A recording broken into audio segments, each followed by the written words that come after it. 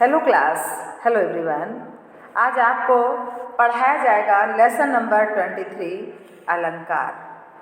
अलंकार जिसका शाब्दिक अर्थ ही होता है भूषण या सजावट, अर्थात भाषा को अलंकृत करने के लिए या सजावट करने वाले शब्दों को अलंकार कहा जाता है। प्रायः आप देखते हैं कि स्त्रियां सौंदर्य को बढ़ाने के लिए आभूषणों का प्रयोग करती हैं। उसी प्रकार काव्य की सुंदरता बढ़ाने के लिए जिन शब्दों का प्रयोग किया जाता है उन्हें अलंकार कहा जाता है। Is that clear everyone? Okay class, अब हम बताएंगे अलंकार के भेद कि अलंकार कितने प्रकार के होते हैं। तो सबसे पहला है, अलंकार के दो भेद होते हैं, शब्दालंकार और दूसरा अर्थालंकार। शब्दालंकार क्या है? जहाँ शब्दों के द्वारा काव्य में सौंदर्य बढ़ता हो, अर्थात जहाँ विशिष्ट शब्द के प्रयोग से चमत्कार लाया जाता है उसे शब्दालंकार कहते हैं। अब शब्दालंकार के भेद कितने हैं? तो शब्दालंकार के 3 भेद होते हैं। पहला है अनुप्रास अलंकार, दूसरा यमक अलंकार और तीसरा श्लेष अलंकार। अब हम बात करेंगे अनुप्रास अलंकार की कि अनुप्रास अलंकार क्या होता है। तो देखिए, अनुप्रास अलंकार जहाँ पर जिस रचना में वर्णों की आवृत्ति बार बार हो वहाँ अनुप्रास अलंकार होता है। फिर से ध्यान से सुनिए, एक ही वर्ण की आवृत्ति बार बार हो, एक ही वर्ण की आवृत्ति बार बार हो, वहाँ पर अनुप्रास अलंकार होता है। जैसे रघुपति राघव राजा राम, इसमें देखिए रा रा रा और रा, रा वर्ण की आवृत्ति बार बार एक ही पंक्ति में हुई है, इसलिए ये यहाँ पर अनुप्रास अलंकार है। ध्यान रखिएगा, अनुप्रास में वर्णों की आवृत्ति बार बार होती है। अब हम बात करेंगे यमक अलंकार की कि यमक अलंकार क्या है। तो यहाँ पर अभी मैंने आपको क्या बताया? वर्णों की आवृत्ति बार बार होती है। किसकी होती है? वर्णों की आवृत्ति बार बार होती है। वर्ण। अच्छा, यमक में क्या है? यमक में शब्दों की आवृत्ति, ये ध्यान रखिएगा, यमक में शब्दों की आवृत्ति और अनुप्रास में वर्णों की आवृत्ति।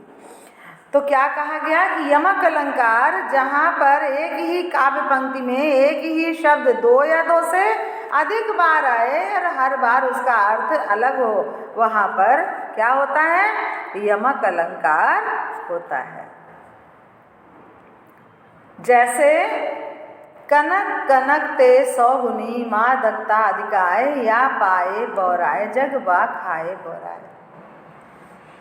एक कनक का अर्थ है सोना, दूसरे कनक का अर्थ है धतूरा। सोना, यदि धन किसी के पास बहुत अधिक हो जाए तो वो निश्चित रूप से बौरा जाएगा, अभिमानी हो जाएगा, पागल हो जाएगा धन देख करके। और अगर कोई दूसरा कनक का अर्थ है धतूरा, अगर कोई धतूरा खा ले तो वो भी बौरा जाएगा, अर्थात पागल हो जाएगा, क्योंकि एक बड़ा विषैला फल होता है बच्चों जिसे धतूरा कहते हैं।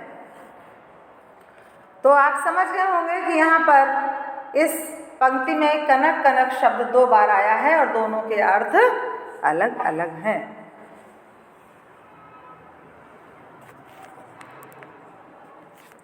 ओके क्लास, अब हम बात करेंगे तीसरा शब्दालंकार जिसका नाम है श्लेष अलंकार। श्लेष अलंकार में क्या है कि जिस काव्य पंक्ति में एक ही शब्द एक स्थान पर ही प्रयुक्त होता है लेकिन उसमें 2 या 2 से अधिक अर्थ निकलते हो, वहाँ पर श्लेष अलंकार होता है। जिस काव्य पंक्ति में एक ही शब्द हो और उसके अनेक अर्थ निकलते हों, वहाँ पर क्या होता है? श्लेष अलंकार होता है। जैसे रहीमन पानी राखिए बिन पानी सब सून, पानी गए न उबरे मोती मानस चून। रहीमदास जी कहते हैं कि पानी को बनाए रखिए, मतलब पानी का संचय कीजिए।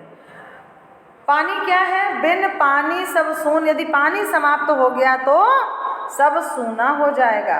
क्यों? पानी गए न उबरे, क्योंकि पानी के बिना किसी का भी उद्धार नहीं हो सकता। मोती मानुष चून। मोती क्या है? सीप के अंदर एक पानी की, एक जल की बूंद ठहर जाती है तो मोती का रूप धारण कर लेती है। मानुष माने मनुष्य का जीवन बिना जल के व्यर्थ है। और चून माने चूना भी होता है, और चून माने भोजन भी होता है। भोजन बिना जल के निर्मित नहीं हो सकता, और चूना पत्थर के समान है जब तक उसमें जल मिलाया न जाए। तो इसलिए पानी गए न उबरे, मोती मानुष चून। पानी के बिना कोई उबर नहीं सकता, न मनुष्य, न मोती और न ही चून। तो आज मैंने आपको शब्दालंकार समझा दिया। आई होप आपको बहुत अच्छे से समझ में भी आया होगा। अब इसके बाद हम बात करेंगे आपके अलंकार के दूसरे भेद, अर्थालंकार की। देखिए, अर्थालंकार क्या है? जहाँ पर शब्द से ही स्पष्ट होता है कि अर्थ की विशिष्टता के कारण सौंदर्य लाया गया हो, वहाँ पर अर्थालंकार होता है। कहने का मतलब, शब्दालंकार में शब्दों से काव्य का सौंदर्य बढ़ रहा था, और ये अर्थालंकार जहाँ पर अर्थ के द्वारा काव्य का सौंदर्य बढ़ रहा हो। अब अलंकार के भेद हैं। अलंकार के 5 भेद होते हैं: उपमा अलंकार, रूपक अलंकार, उत्प्रेक्षा अलंकार, अतिशयोक्ति अलंकार, अनयोक्ति अलंकार। बहुत ध्यान से देखिएगा, बहुत अच्छे से इसे लर्न करिएगा। उपमा अलंकार, रूपक अलंकार, उत्प्रेक्षा अलंकार, अतिशयोक्ति अलंकार, अनयोक्ति अलंकार। अब सबसे पहले हम बात करेंगे उपमा अलंकार की। उपमा अलंकार एक सादृश्य मूलक अलंकार है। सादृश्य मतलब जैसा दिखाया जा रहा हो। जहाँ किसी वस्तु या पदार्थ की रूप, गुण, दशा आदि संबंधी विशेषता की तुलना किसी प्रसिद्ध वस्तु से की जाती है, वहाँ पर उपमा अलंकार होता है। जैसे टूटी फूटी बोतल से टूटे हुए सपने। सपनों को किस प्रसिद्ध चीज? बोतल तो सभी पहचानते हैं, और वो भी कैसी है? कांच की है। टूटी फूटी बोतल। बोतल कांच की जब टूट जाए तो यहाँ पर इस पंक्ति में उसको स्वप्न से मिला दिया गया है, सपनों से मिला दिया गया है। दूसरा है, जैसे चारु चंद्र की चंचल किरणें थिरक रही थी जल थल में। तो ये इनमें क्या दिया गया है? उपमा अलंकार दिया गया है। किसी नवविवाहिता नववधू को कहा जाता है कि उसकी सूरत कैसी है? चंद्रमुखी जैसी। तो प्रसिद्ध वस्तु चंद्रमा से उसके मुखमंडल की आकृति को मिला दिया गया, तो ये रूपक अलंकार, उपमा अलंकार हो गया। उपमा दी जा रही है ना। दूसरा क्या है? रूपक अलंकार। रूपक अलंकार में क्या है? जहाँ अत्यंत समानता के कारण उपमेय और उपमान का अभेद कल्पित किया जाए, वहाँ पर रूपक अलंकार होता है। जैसे पायो जी मैंने राम रतन धन पायो। राम रतन धन पायो मतलब राम का नाम रत्न के समान है, वो इतना मैंने अनमोल धन को प्राप्त कर लिया है। मीराबाई जी का पद है ये, ठीक है। दूसरा, जैसे चरण कमल बंदौ हरि राई। मैं उनके चरणों की वंदना करना चाहता हूँ जिनके चरण कमल के समान हैं। तो ये क्या हो गया? रूपक अलंकार, ठीक है। तो जहाँ पर उपमेय और उपमान का अभेद कल्पित हो, कहने का मतलब कि कल्पना रूप जहाँ पर दिखाया जाए और भेद करना, अंतर करना, स्पष्ट करना बड़ा मुश्किल हो जाए, वहाँ पर क्या है? रूपक अलंकार होता है। अत्यंत समानता है। चरण कमल बंदौ हरि राई। चरण कैसे हैं? कमल के समान है। किसके हैं? चरण कमल बंदौ हरि राई, भगवान राधा कृष्ण के बताए हैं कि जिनके चरण कमल के समान है, मैं उनके चरणों की वंदना करना चाहता हूँ, ऐसा सूरदास जी कहते हैं। तो उनके चरणों की कल्पना उनके चरणों की उपमा किससे दे दी गई है? कमल के समान। चलिए अब आगे देखते हैं उत्प्रेक्षा अलंकार। उत्प्रेक्षा अलंकार जहाँ उपमेय में उपमान की संभावना हो वहाँ उत्प्रेक्षा अलंकार होता है। एक बहुत ध्यान से बात सुन लीजिए, जहाँ पर किसी भी पंक्ति में आपको मनो, जनो, ठीक है, नेकों ऐसे करके शब्द आपको जहाँ पर मिल जाएं तो वो समझ लीजिए कि वो उत्प्रेक्षा अलंकार है। उसमें आपको जरा भी सोचने की आवश्यकता नहीं है। क्या कहा इस पंक्ति में कि सोहत ओढ़े पीत पटु श्याम सलोने गात। सोहत माने सुंदर लग रहा है, पीला वस्त्र पहने हुए हैं, ओढ़े हुए हैं, और पटु श्याम सलोने गात, श्याम रंग का जिनका शरीर है, गात माने शरीर, पीले रंग का वस्त्र ओढ़े हुए हैं, वो इतना सुंदर लग रहा है। सोहत वो इतना सुंदर लग रहा है कि जैसे क्या कहा, मनो नीलमणि, ऐसा प्रतीत हो रहा है कि मानो नीलमणि शैल पर, नीले रंग के पर्वत पर आतप पर्यो प्रभात, प्रभात काल के सूर्य की किरणें पड़ रही हों और वो अधिक प्रकाशित हो रहा हो, इतना सौंदर्य। तो ये क्या हो गया? उत्प्रेक्षा अलंकार। इसके बाद क्या कहा? अतिशयोक्ति अलंकार। अतिशयोक्ति अलंकार क्या है कि जहाँ पर किसी बात को बहुत अधिक बढ़ा चढ़ा कर कह दिया जाए।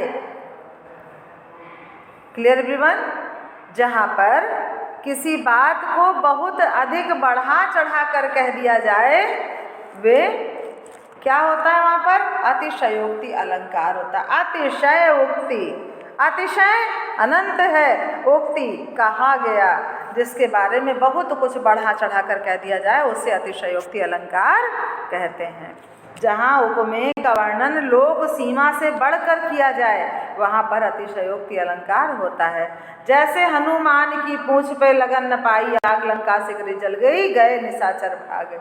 हनुमान की पूंछ में आग भी नहीं लगने पाई। आप ध्यान से देखिए, हनुमान की पूंछ में आग भी लगने नहीं पाई और सारी लंका जल गई और सारे निशाचर भाग गए। क्या ये संभव था?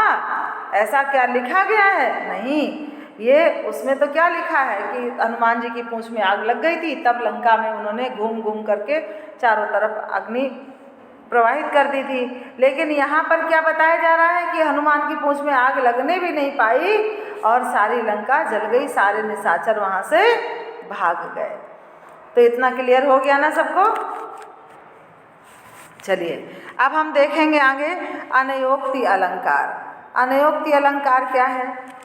अनयोक्ति अलंकार का मतलब होता है जहाँ पर कोई अन्य उक्ति कही जाए, अनयोक्ति अलंकार वहाँ होता है। जैसे अनयोक्ति दो शब्दों से मिलकर बना है, अन्य प्लस उक्ति, अर्थात